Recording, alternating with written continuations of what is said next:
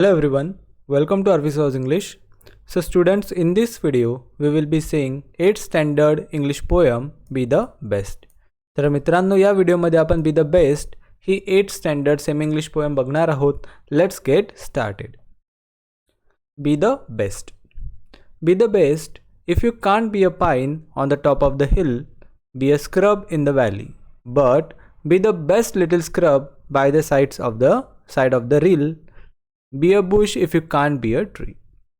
So मित्रांनो, ही जी poem आहे बी the best, याचा अर्थ काय आहे की सर्वोत्तम बना.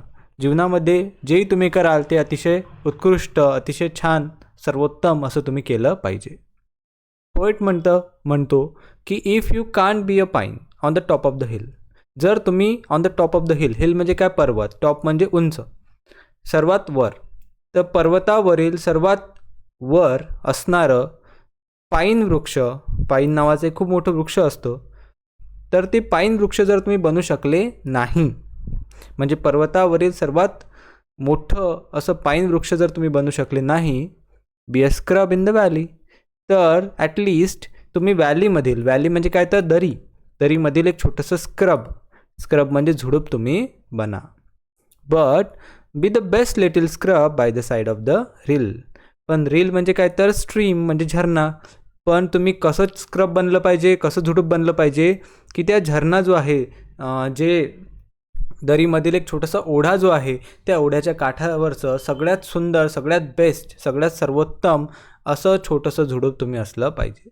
म्हणजे जर तुम्ही एक मोठा पाईन वृक्ष बनू शकले नाही, तर एक छोटंसं स्क्रब म्हणजे झुडूप बना. पण कसं झुडूप बना की इतर सगळ्या झुडपांपेक्षा तुम्ही सगळ्यात सर्वोत्तम असे असले पाहिजे. बी a Bush if you can't be a tree. आणि जर तुम्ही एक झाड, वृक्ष बनू शकले नाही, तर ॲटलिस्ट एक छोटंसं बुश, एक छोटंसं झुडूप तुम्ही बना.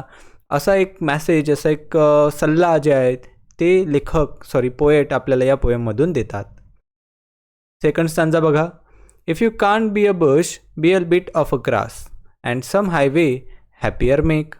If you are a muskie then just be a bass, but the liveliest bass in the lake. Next स्टांजामध्ये पोएट म्हणतात की जर तुम्ही बुश बनू शकले नाही, म्हणजे पहिल्या स्टांजात त्यांनी म्हटलं की ट्री बनू शकले नाही तर ॲटलिस्ट बुश बना. पण जर तुम्ही छोटंसं झुडूप जरी बनू शकले नाही, बी a bit of the grass, तर ॲटलिस्ट छोटंसं गवत, इटुकलं पिटुकलं गवत तरी तुम्ही बनलं पाहिजे. म्हणजे जर तुम्ही झुडूपही बनू शकले नाही, तर त्याच्याहीपेक्षा छोटंसं गवत तुम्ही बनलं पाहिजे. And some highway happier make. आणि काही हायवेज म्हणजे रस्ते जे आहेत त्यांना हॅपियर म्हणजे आनंदी बनवलं पाहिजे. जसं जेव्हा आपण ट्रॅव्हल करत असतो, रस्त्याच्या बाजूची जी गवत असते, ग्रास, हिरवळ, ती बघून आपल्याला खूप आनंद होतो. तसंच पोएट म्हणतात की तुम्ही छोटंसं ग्रास बना आणि इतरांच्या आनंदाचं कारण बना. If you are a muskie then just be a bass. जर तुम्ही मस्की बनू शकले नाही, म्हणजे एक मोठी मासळी, तर जस्ट बी अ बास, तर एक छोटीशी मासळी तुम्ही बनलं पाहिजे. But the liveliest bass in the lake. पण त्या तळ्यामधील सर्वात लाईव्हलिएस्ट, जिवंत म्हणजे काय, तर सगळ्यात अशी उत्साहवर्धक, जिला पाहून सगळ्यांना आनंद वाटेल अशी बास तुम्ही बनलं पाहिजे. म्हणजे छोट्यात छोटं जरी तुम्ही काही काम केलं तरी ते बेस्ट इतरांपेक्षा तुम्ही केलं पाहिजे. नेक्स्ट स्टांजा बघा. We can't all be captains, we have got to be crew. There is something for all of us here. There is big work to do and there is lesser to do. And the task you must do is the near. Poet म्हणतात की we can't all be captains. आपण सर्व captains बनू शकत नाही. आपण बघतो की जहाजावर एक कॅप्टन असतो आणि बाकी सर्व त्याच्या हाताखाली काम करणारी क्रू असते, म्हणजे मेंबर्स असतात, सहकारी असतात त्याचे. तर पोएट म्हणतात की आपण सर्वच कॅप्टन बनू शकत नाही. आपल्यापैकी काही जणांना क्रूसुद्धा बनावं लागते, सहकारीसुद्धा बनावं लागते. There is something for all of us here. आणि आपल्या सर्वांसाठी इथं करण्यासारखं काही ना काही आहे. असं कोणीच नाही की जो नालायक आहे, जो कशाच कामाचा नाही. सर्व लोकांसाठी करायला इथे नक्कीच काही ना काही आहे. There is big work to do and there is lesser. या जगामध्ये मोठ्यात मोठं कामसुद्धा आहे करण्यासारखं, आणि लेसर म्हणजे छोट्यात छोटं कामसुद्धा आहे. And the task you must do is the near. आणि जे काम तुम्हाला करायचं आहे ते आता लवकरच तुम्हाला करावं लागणार आहे. म्हणजे जीवनात तुम्हाला काय बनायचं आहे, काय करिअर घडवायचं आहे, ते इतक्यातच तुम्हाला, म्हणजे पुढच्या 8-10 वर्षामध्येच तुम्हाला ते घडवायचं आहे. तर ज्या जगामध्ये सगळ्या प्रकारचे कामं करण्यासारखे आहेत आणि सर्वच कामं आपापल्या ठिकाणी महत्त्वाची आहेत. जसं मोठ्यात मोठं काम आहे, तसंच छोट्यात छोटं कामसुद्धा महत्त्वाचं आहे. लास्ट स्टांजा बघा. If you can't be a highway then just be a trail. If you can't be the sun be a star. It isn't by size that you win or you fail.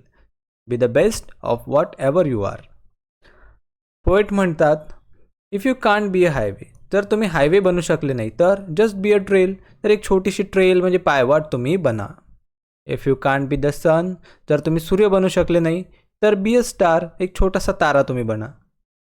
It isn't by size that you win or fail. तुमच्या साईजवर बिलकुलच depend करत नाही की तुम्ही जिंकाल किंवा हराल. जीवनात तुम्ही किती मोठं काम करता किंवा किती छोटं काम करता यावरून हे ठरत नाही की तुम्ही जिंकत आहात की हरत आहात. Be the best of whatever you are. तुम्ही जे काही बनणार आहे, जे काही तुम्ही करणार आहे ते फक्त आणि फक्त बेस्ट म्हणजे सर्वोत्तम तुम्ही करा. असा सल्ला किंवा असा मेसेज डोग्लस मॅलच आपल्या पोयममधून आपल्या सर्व विद्यार्थ्यांना देतात. तर मित्रांनो, अशा प्रकारे ही होती पोयम बी द बेस्ट.